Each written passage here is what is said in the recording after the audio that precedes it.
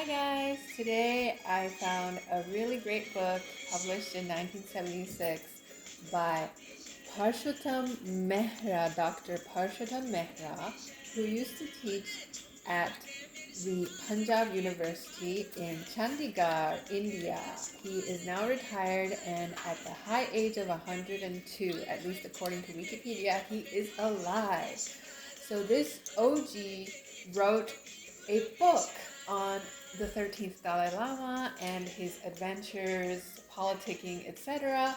I will be reading from the section Young Husband's Aftermath. Dalai Lama visits Peking 1908 to carry on his journeys after he left Mongolia.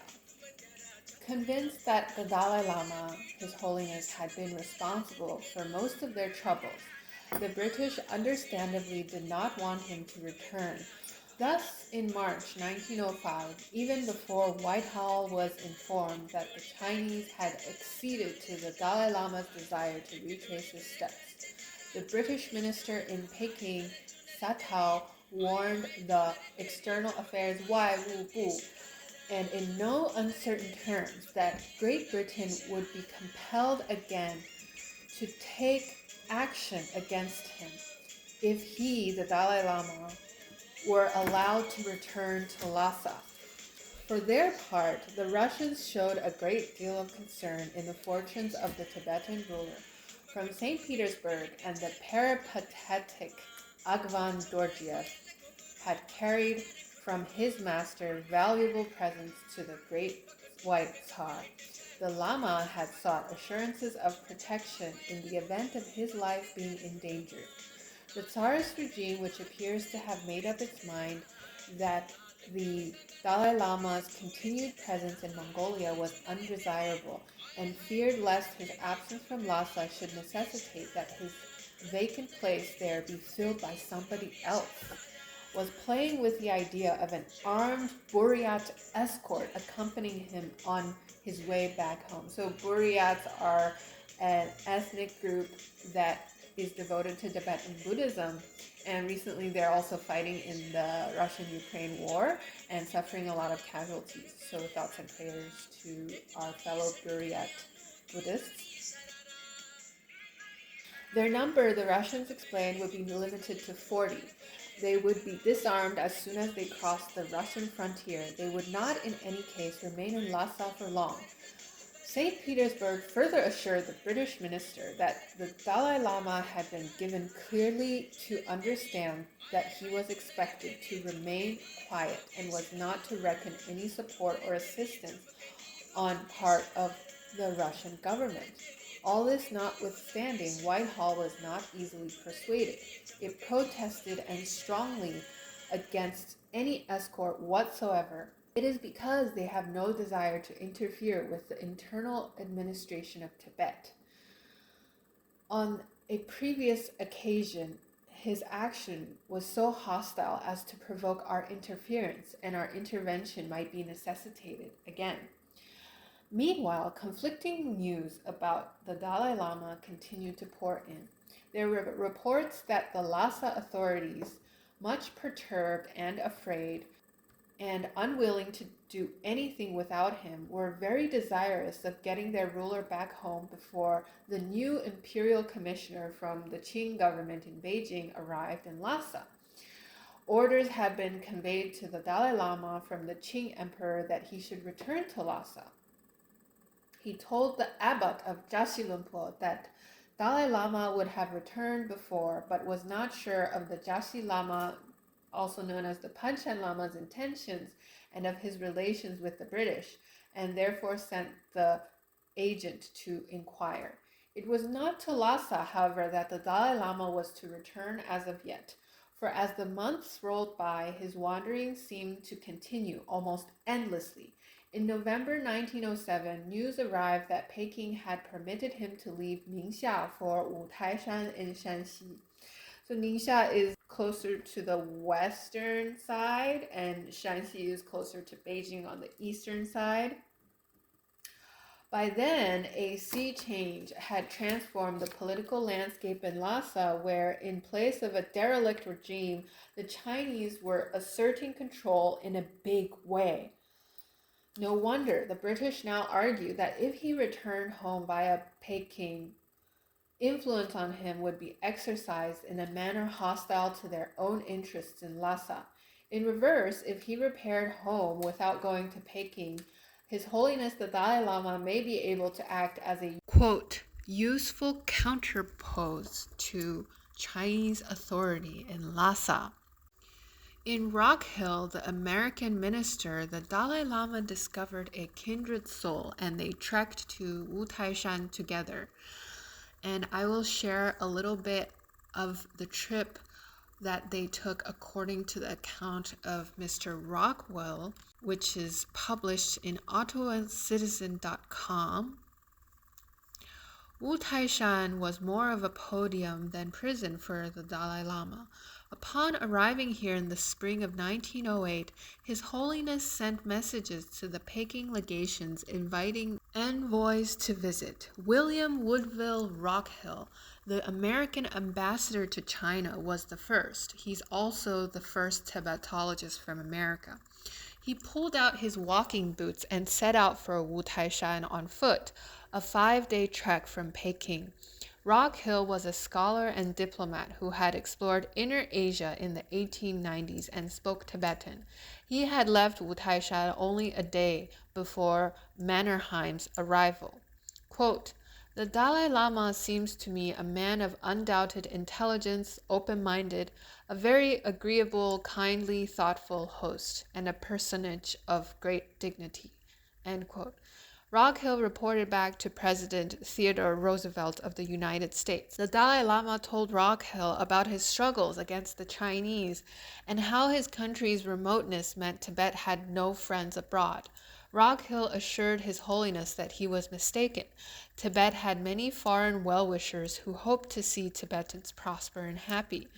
Later, during the Dalai Lama's visit to Peking, Rockhill became a confidant to the Tibetan leader, quietly pushing a rapprochement with the Chinese. In the summer of 1908, the Dalai Lama received a parade of envoys, a German doctor from the Peking legation, an English explorer named Christopher Irving, R.F. Johnson, a British diplomat from the colonial service, and Henri d'Olonne, a French army major and viscount. The Dalai Lama hoped to patch up his relations with Britain after its invasion of Lhasa in 1904 and bolster his international standing.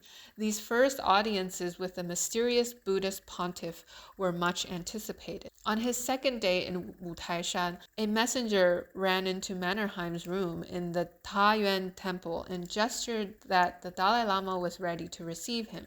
Mannerheim duly prepared himself. While he was shaving and changing his clothes, another frantic messenger arrived to express the Dalai Lama's impatience. I was just as impatient, he wrote, but could not possibly dress any faster. A few minutes later, an anxious Tibetan prince appeared to ask what Mannerheim meant by keeping His Holiness waiting. At a swift pace, the baron and prince climbed the steep staircase to Pusa Ding Temple. Wang, in full dress uniform, was waiting at the top with a Chinese honor guard. The Chinese had reason to worry about Mannerheim's visit. Chinese authorities had just arrested 2 Russian military officers who were inciting the Mongols to break from China and become a Russian protectorate. During his stay in Urga, now Ulaanbaatar, the Dalai Lama sent messages to the Tsar through various envoys. His Holiness told one Russian military intelligence officer that both Tibet and Mongolia should irrevocably secede from China to form an independent allied state, accomplishing this operation with Russia's patronage and support, avoiding bloodshed. If Russia wouldn't help, the Dalai Lama insisted, he would even ask Britain for help. After his visit with the Dalai Lama, Mannerheim, in fact, trekked to Inner Mongolia to gauge the rebellious mood of the Mongols. Wang could barely hide his wrath when Mannerheim told him that he could not attend his audience with His Holiness the Dalai Lama. The Chinese captain argued with two of the Dalai Lama's assistants. As the Baron slipped into a small reception hall, he caught sight of Wang making vain efforts to force his way in behind me. The Dalai Lama sat on a gilded armchair placed on a dais along the back wall of a small room. Two old Tibetans, unarmed, with beards and hair speckled with gray, stood behind him. The Dalai Lama was frocked in imperial yellow with light blue linings, and a traditional red toga. The 33-year-old Dalai Lama had a brown face, shaved head, mustache, and a tuft of hair under his lower lip. His eyes were large, and his teeth gleamed. Mannerheim noticed slight hollows in the skin of his face. He appears a bit nervous, which he seems anxious to hide. Otherwise, Mannerheim thought he was a lively man in full possession of his mental and physical faculties. Mannerheim made a profound bow, which the Dalai Lama acknowledged with a slight nod. They exchanged silk scarves. His Holiness began with small talk, asking Mannerheim about his nationality, age, and journey.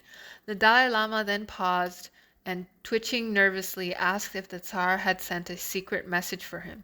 He awaited the translation of my reply with obvious interest, who informed the Dalai Lama that he hadn't had the opportunity to personally speak with Tsar Nicholas II before his departure. The Dalai Lama then gestured, and a beautiful piece of white silk with Tibetan letters was brought out. It was a gift that Mannerheim was to deliver personally to Nicholas II. The Dalai Lama told Mannerheim he had been enjoying his journeys in Mongolia and China, but his heart was in Tibet. Many Tibetans were urging him to return. His officials claimed up to 20,000 pilgrims visited the Dalai Lama each month, but Mannerheim thought it was an undoubted exaggeration. The Dalai Lama was in the midst of a showdown with the Empress Dowager Cixi, who wanted him to come to Peking to perform the koto. The Dalai Lama, Mannerheim wrote, does not look like a man resigned to play the part the Chinese government wishes him to, but rather like one who is only waiting for an opportunity of confusing his adversary. The wily Dalai Lama had postponed his journey so many times that a joke was circulating in Beijing referring to him as the Dalai Lama. Mannerheim spoke encouragingly about Russia's sympathies for Tibet's struggles against the Chinese. Russia's troubles were over, the Baron assured him, and the Russian army was stronger than ever. Now, all Russians watched His Holiness's footsteps with great interest, he added. The Dalai Lama, Mannerheim recalled, listened to my polite speeches with unconcealed satisfaction. Twice, the Dalai Lama ordered his bodyguards to check if Wang was eavesdropping on their conversation. It was a dangerous time for the Dalai Lama, who knew his life may be in danger if he returned to Lhasa. The Chinese were tightening their grip on Tibet. Lamas were being assassinated, monasteries plundered, and Tibetans evicted from their nomadic pasture. Peking needed the Dalai Lama to be a compliant vassal who could calm his restless followers and ease Tibet's incorporation into the Chinese Empire. But the Dalai Lama proved defiant. He visited Peking that September and immediately fell out with the imperial court, which issued a decree demoting him to a loyal and submissive vicegerent bound by the laws of the sovereign state. A prominent imperial censor also openly denounced him as a proud and ignorant man. Rumors spread in Tibet that he had been assassinated. Outraged at various reforms, lamas threatened a holy war against the Chinese. By the end of 1908, a rebellion broke out, leading to the defeat of Chinese troops. The Dalai Lama eventually returned to Lhasa in 1909 and sent telegrams to Britain and all European countries attacking Peking's claim over Tibet. In February 1910, Chinese troops invaded Lhasa. The Dalai Lama fled to India.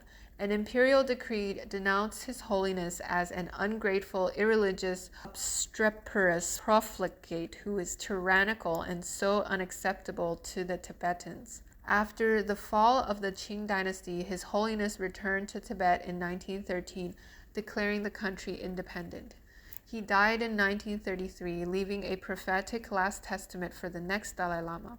We must guard ourselves against the barbaric red communists, the worst of the worst. It will not be long before we find the red onslaught at our front door. And when it happens, we must be ready to defend ourselves. Otherwise, our spiritual and cultural traditions will be completely eradicated. and the days and nights will pass slowly and with great suffering and terror. Mannerheim offered the Dalai Lama an unusual though practical gift, a Browning revolver. The Baron apologized that he did not have a better offering, but explained that after 2 years' journey he had no other items of value. The Dalai Lama laughed, showing all his teeth, as Mannerheim showed His Holiness how to quickly reload 7 cartridges into the revolver. The Dalai Lama relished the demonstration. The times were such, Mannerheim wrote, that a revolver might at times be of greater use, even to a holy man like himself, than a praying mill.